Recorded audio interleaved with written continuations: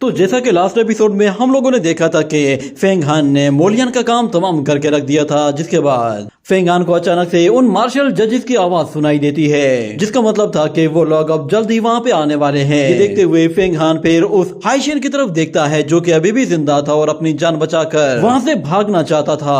वो फेंग हान को देखता है कि वो उसकी तरफ आगे बढ़ रहा है, तो फेंग हान से रहम की भीख मांगता है और कहता है मेरी जान बख्श दो प्लीज, मैं तुम्हारा कुछ भी नहीं बिगाड़ सकता। मैं हाई फैमिली का इकलौता अकेला मेंबर बचा हुआ हूँ, अगर तुमने मुझे मार दिया तो मेरी हाई फैमिली पूरी तरह से खत्म हो जाएगी। मगर फेंग हान कहता है अपनी बकवास बंद रखो और जो मैं पूछता हूँ वो बताओ, क्या तुम मेरे बारे में सब कुछ जानते हो? तो फिर वो कहता है मैं कसम खाकर कहता हूँ मुझे तुम्हारे बारे में ज्यादा कुछ भी नहीं मालूम, मुझे सिर्फ और सिर्फ तुम्हारे पीछे उस मोलियन ने लगाया था, उसी ने मुझे फोर्स किया था। और इस तरफ लोंग शुआन देखती है कि वो मार्शल जजेस बहुत जल्द यहाँ पर आने वाले हैं। और इस तरफ हाइशियन कह रहा होता है मुझे माफ कर दो, मैं तुम्हें दोबारा कभी भी धोखा नहीं दूंगा, बस यूँ समझो कि हमारे बीच में कुछ हुआ ही नहीं है। मैं हाइशियन तुमसे वादा करता हूँ मैं तुम्हारे बारे में कभी भी किसी को कुछ भी नहीं बताऊंगा और तुम्हारी डिवाइन पावर की दिन रात वर्शिप किया करूंगा।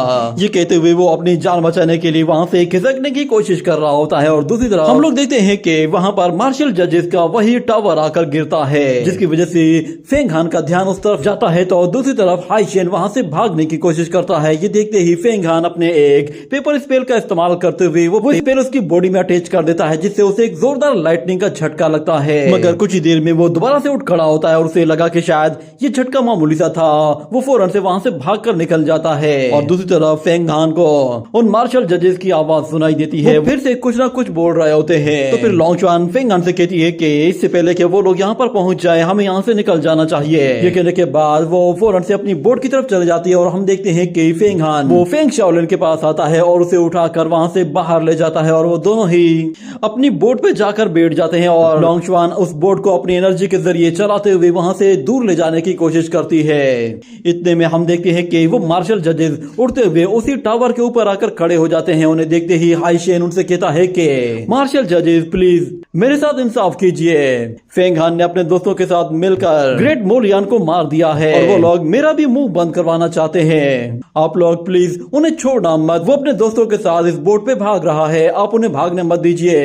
अगर वो लोग ज्यादा दूर निकल गए तो वो हमारे हाथों से निकल जाएंगे, प्लीज जाइए उन्हें पकड़िए, मेरे साथ इंसाफ कीजिए। मैं चाहता हूँ कि आप इनके साथ बिल्कुल वैसा ही सलूक करें जैसा कि इन्होंने हमारे साथ किया था। इन्होंने ग्रेट टर्टल को बहुत ही बुरी तरह से मारा है। मगर वो मार्शल जजेस वहीं पर ही खड़े रहते हैं, जिस पर हाइशियन कहता है कि प्लीज मैं आपको रिक्वेस्ट कर रहा हूँ, मुझे आपसे इंसाफ की उम्मीद है। वो लोग निकल जाएंगे, इससे पहले ही आप लोग उनका खात्मा कर दीजिए। मगर वो मार्शल जजेस आपस में कहते हैं कि ये लोग सच में बहुत ही ज्यादा बेवकूफ हैं, क्योंकि ये लोग वानगुई आइसलैंड से बाहर जा रहे हैं। बाहर इनके लिए वानगुई आइसलैंड के ही अंदर रहते तो इन्हें इनके किए की सजा यहीं पे ही मिल जाती। मगर अच्छा है कि ये लोग यहाँ से बाहर जा रहे हैं, हमें इन्हें मारने की जरूरत ही नहीं पड़ेगी। इंपीरियल सेक्ट खुद ब खुद इन्हें ढूंढ कर मार देगा, इस तरह हमारा भी काम हो जाएगा और फिर यू हाउस सेक्ट और इंपीरियल सेक्ट एक दूसरे के दुश्मन बन जाएंगे। ये कहने के बाद वो लोग हंसना शुरू कर देते हैं और वहां से चले जाते हैं। और दूसरी तरफ हाइशियन कहता है कि ये क्या आप लोग उनके पीछे नहीं जा रहे? आखिर आप लोग ऐसा कैसे कर सकते हैं? उन्होंने ग्रेट टर्टल को बहुत ही बुरी मौत मारा है, आप लोग उन्हें अकेला छोड़कर कैसे जा सकते हैं? मगर वो लोग चल लगने लगा है, कहीं वो लोग वापस ना आ जाएं। मगर हमें दिखाया जाता है कि फेंग हान उस शिप के रूम में जाता ही फेंग शाओलिन को वहां पर जाकर लिटा देता है। वो देखता है कि उसकी कंडीशन काफी ज्यादा खराब है। वो अपनी एनर्जी के जरिए तुम्हारे सीक्रेट के बारे में किसी को भी पता नहीं चलता और मैं तुम्हें बता दूं कि मरे हुए लोग सबसे अच्छा सीक्रेट छुपाते हैं। मगर फेंग हान कहता है कि मैंने उसे खुद जिंदा छोड़ा है, क्योंकि मुझे पूरा यकीन है कि वो आगे चलकर मेरे बहुत काम आने वाला है। उसके पास और भी बहुत हाँ फिर तो ठीक है, तुमने ये काम काफी अच्छा किया है। मगर फेंग शाओलिन ये होश में नहीं आ रही, इसके बारे में तुम क्या कहना चाहोगे? तो फेंग हान कहता है कि मैं इसे हील करने की कोशिश। और फिर अगले सीन में हमें दिखाया जाता है इंपीरियल सेक्ट के उन तीनों डिसाइपल्स को। वो लोग कहते हैं कि हम लोगों ने पहले ही उन मार्शल जजेस को एक लेटर लिखकर बता दिया था कि वो लोग हमारे और फेंग हान के बीच में ना आए, मगर यहाँ तो मामला ही उल्टा पड़ गया है। फेंग हान ने सी मार्केट में खुलेआम एक कत्ल किया है। तो फिर दूसरा इमोर्टल कहता है कि अगर हम लोग फेंग हान को मार देते हैं तो इसका मतलब है कि हम लोग वानगुई आइसलैंड को एक फेवर देंगे। तो हुंडियान कहता है कि हाँ, मगर अब बातें करने का वक्त नहीं। ये कहने के के बाद वो लोग फौरन से अपने कुछ स्पिरिट बीस्ट को समन करते हैं और हमें दिखाया जाता है 3 सेलेशियल लाइन्स आ जाते हैं जो कि फायर लाइन्स होते हैं। वो उन लोगों के पास आते हैं और उन्हें अपने ऊपर बिठा कर फौरन से फेंग हान के पीछे चले जाते हैं। जिसके बाद हमें दिखाया जाता है वहां पर मो शुआई आ जाता है। वो उन लोगों की बातें सुन चुका था। जिसके बाद वो कहता है ये खेल तो अब और भी ज्यादा इंटरेस्टिंग होता जा रहा है। ये कहते ही वो फौरन से फेंग हान के पीछे चला जाता है। अगले सीन में हमें दिखाया जाता है कि लोंग शुआन उस शिप को बहुत ही दूर लेकर आ गई थी, जिस पर वो कहती है कि फाइनली अब हम लोग बहुत दूर आ चुके हैं तो हम यहाँ पर सेफ हैं। उम्मीद है कि हम लोगों को टाई इमोर्टल सेक्ट के लोगों ने बिल्कुल भी नहीं देखा होगा। मगर फेंग हान कहता है कि अगर उन लोगों ने देखा भी है तो फिर क्या हुआ, अगर वो लोग हमारा पीछा करेंगे और हमारे पास आएंगे तो फिर हम लोग उनसे फाइट करेंगे। वैसे भी हम लोग अब उन लोगों को ज्यादा बर्दाश्त नहीं कर सकते। वो लोग बिला वजह में ही हमारी कमजोरी का फायदा उठाने की कोशिश कर रहे हैं। इतना कहने के ही बोट के ऊपर आकर लैंड करते हैं, जिससे उस बोट का पिछला हिस्सा हवा में ऊपर उठ जाता है और फेंग हान और लोंग शुआन दोनों ही हवा में ऊपर चले जाते हैं और लोंग शुआन अपनी उस स्पिरिट बोट को वापस बुला लेती है। डिसाइपल अपने सेलेशियल लाइन्स को उनकी तरफ भेज देते हैं और फिर एक डिसाइपल अपने सीनियर से कहता है कि चलो हम लोग शर्त लगाते हैं, पहले मेरा वाला सेलेशियल लाइन उनका सर काट के लाएगा। हम लोग देखते हैं कि वो सेलेशियल लाइन बहुत ही ज्यादा ताकतवर होते हैं। लोंग शुआन और फेंग हान दोनों उन लाइन्स को रोकने की कोशिश करते हैं, मगर वो सेलेशियल लाइन उन्हें बहुत ही जोर से पुश करके पीछे धकेल देते हैं। और इस तरफ वो सीनियर कह रहा होता है कि अगर मेरा सेलेशियल लाइन उनका सर पहले लेकर आता है तो तुम मुझे एक युआन जिन पिल दोगे। और इस तरफ हमें दिखाया जाता है कि फेंग हान अपनी ग्रीन नीडल टेक्निक का इस्तेमाल करके उस लाइन को मारने की कोशिश करता है, मगर वो लाइन की स्वॉर्ड को अपने मुंह में ही दबाकर उसके पीछे आ रहा होता है। उसके टकराने की वजह से फेंग हान थोड़ा सा इंजर्ड हो जाता है और दूसरी तरफ लोंग शुआन अपने ड्रैगन की मदद से उस सेलेशियल लाइन को जोर से पहाड़ पर रगड़ते हुए खुद से दूर हटाने की कोशिश करती है। और यहाँ पर फेंग हान उस लाइन की वजह से थोड़ा सा इंजर्ड हो चुका था और फिर लोंग शुआन भी उसके पास आकर खड़ी हो जाती है। वो दोनों के दोनों लाइन्स भी उन लोगों को दोनों साइड से कवर कर लेते हैं। इतने में फिर होंडियन कहता है कि तुम लोग वो 5 जेट कोल्ड ड्रोन मेरे हवाले कर दो, मैं तुम लोगों को जिंदा जाने दे सकता हूँ। तो दूसरा सीनियर भी कहता है कि हाँ,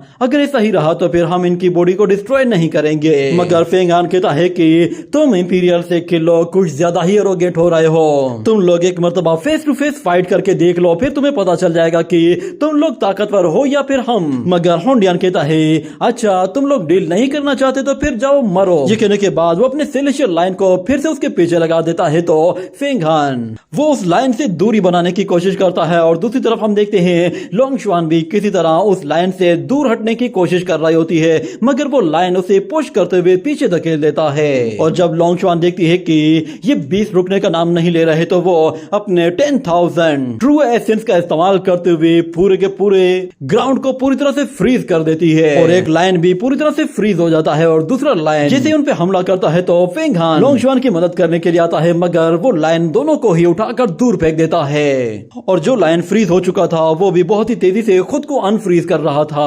ये देखकर लोंग शुआन कहती है कि ये ट्रिक भी काम नहीं आएगी, अगर हम लोग इनसे ऐसे ही लड़ते रहे तो हमारी एनर्जी खत्म हो जाएगी। इतना कहने के बाद वो दूसरा लाइन खुद को पूरी तरह से अनफ्रीज कर देता है और वो दोनों लाइन फिर उन दोनों के चारों तरफ गोल गोल घूमने लगते हैं। और फिर फेंग हान कहता है कि चलो हमें अपनी पावर्स को कंबाइन करना होगा, हम लोग जेट कोल्ड ड्रोन को एक साथ ही यूज करते हैं। ये कहने के बाद वो उस 5 जेट कोल्ड ड्रोन को बाहर निकालता है और लोंग शुआन पावर का इस्तेमाल करके उस जेट कोल्ड ड्रोन को सीधा एक लाइन के मुंह पर दे मारती है, जिसकी वजह से उसके मुंह पर सारे की सारी आइस जम जाती है और उसे कुछ भी दिखाई नहीं देता।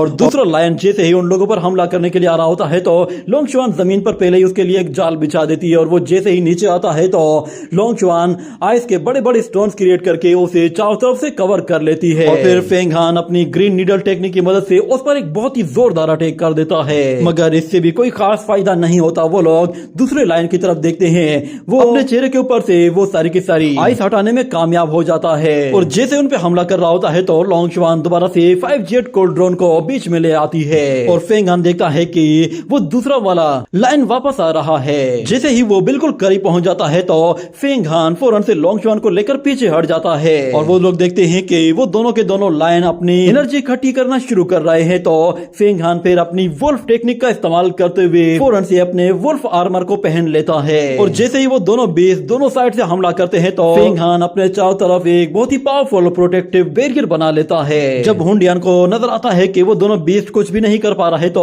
वो फौरन से अपने मुंह से एक छोटे छोटे से बिच्छू को निकालता है और उसे सीधा लोंगचुआन की तरफ थ्रो करता है, जो कि लोंगचुआन को पीठ पर जाकर काट लेता है और उसकी बॉडी में जहर फैलने लगता है। ये देखते ही फेंग हान फिर अपनी बॉडी से फिर से एक जोरदार एनर्जी रिलीज करने की कोशिश करता है और हम देखते हैं कि जैसे ही वो एनर्जी को रिलीज करता है तो वो फौरन से वहां से निकलकर दूर चला जाता है। ये देखते ही हुंडियान साथियों के साथ फौरन से उसका पीछा करता है, क्योंकि लोंगचुआन जख्मी हो चुकी थी तो इसलिए वो ज्यादा दूर तक नहीं जा पाती। और फेंग हान उससे कहता है, तुम ठीक तो हो ना, क्या तुम ज्यादा देर तक होल्ड कर पाओगी? और दूसरी तरफ इंपीरियल सेक्ट के लोग भी वहां पर पहुंच जाते हैं और कहते हैं कि कैसा फील हो रहा है। तो फिर फेंग हान उन लोगों से कहता है, तुम लोगों ने हमारे ऊपर एक पॉइजनस क्रीचर से हमला करवाया है, तुम लोगों से ज्यादा मक्कार तो हम लोगों ने आज तक कोई नहीं देखा। मगर फिर हुंडियान उनसे कहता है, तुम लोगों को कंप्लेन करनी है क्या?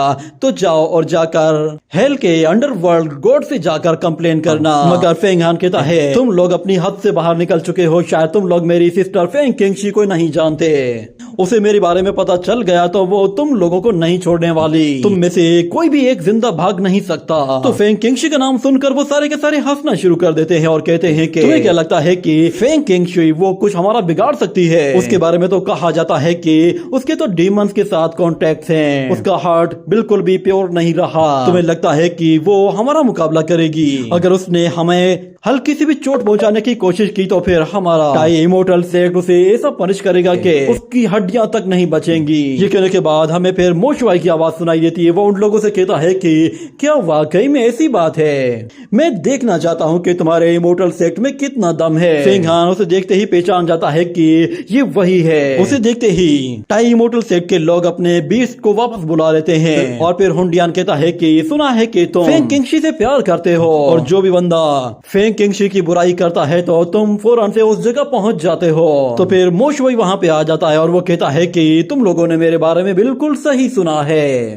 जो भी फेंग किंगशी की बुराई करेगा मैं उसकी जबान खींच लूंगा। मगर आज मैं बिल्कुल अलग मूड में हूँ। आज मैं सिर्फ जबान ही नहीं खींचने वाला बल्कि मैं तुम लोगों के हार्ट भी तुम्हारी बॉडी से निकाल दूंगा। मगर हुंडियान कहता है कि ऐसा हमारे साथ नहीं बल्कि तुम्हारे साथ होने वाला है। मगर मोशवाई कहता है, लगता है तुम लोगों में काफी हिम्मत आ गई है जो तुम मेरे सामने ऐसी बातें कर रहे हो। और फिर फेंग हान कहता है कि ये तीनों एक साथ मिल जाए तब भी ये लोग इस डीमन कमांडर का मुकाबला नहीं कर सकते। और फिर हमें दिखाया जाता है कि वो तीनों के तीनों डिसाइपल अपने बीस्ट को एनर्जी फॉर्म में ट्रांसफॉर्म कर देते हैं। और हुंडियान कहता है कि क्या कहते हो, क्या इसे खाना चाहिए? तो वो लोग कहते हैं कि इसमें सोचने वाली क्या बात है। ये कहने के बाद वो लोग फौरन से उस एनर्जी को खाते हैं तो अचानक से उनके हाथ पैर टेढ़े मेढ़े होना शुरू हो जाते हैं। उन्हें कुछ अजीब सा फील होने लगता है और वो लोग चिल्लाना शुरू कर देते हैं, जिसके बाद हम देखते हैं कि उनकी बॉडीज के अंदर से एक बहुत ही जोरदार एनर्जी प्रेशर रिलीज होता है, जो कि इतना ज्यादा ताकतवर होता है कि फेंग हान भी बिल्कुल हिल कर रह जाता है। मगर मोशवाई वो बिल्कुल रिलैक्स खड़ा हुआ होता है। ऐसा लग रहा था कि जैसे उसे सब कुछ मालूम है कि उन तीनों डिसाइपल्स ने क्या किया है। और वो कहता है कि लगता है कि ये लोग मुझे मारने के लिए बिल्कुल सीरियस हैं। और फिर हुंडियान अपने जूनियर्स के साथ अपनी एनर्जी को पूरी तरह से चार्ज कर चुका होता है और वो मोशवाई से कहता है कि हम इंपीरियल सेक्ट के डिसाइपल्स आज डीमन के, तुम मोशवाई हमारे आगे सरेंडर करो। ये कहने के साथ ही ये एपिसोड यहीं पे ही एंड हो जाता है।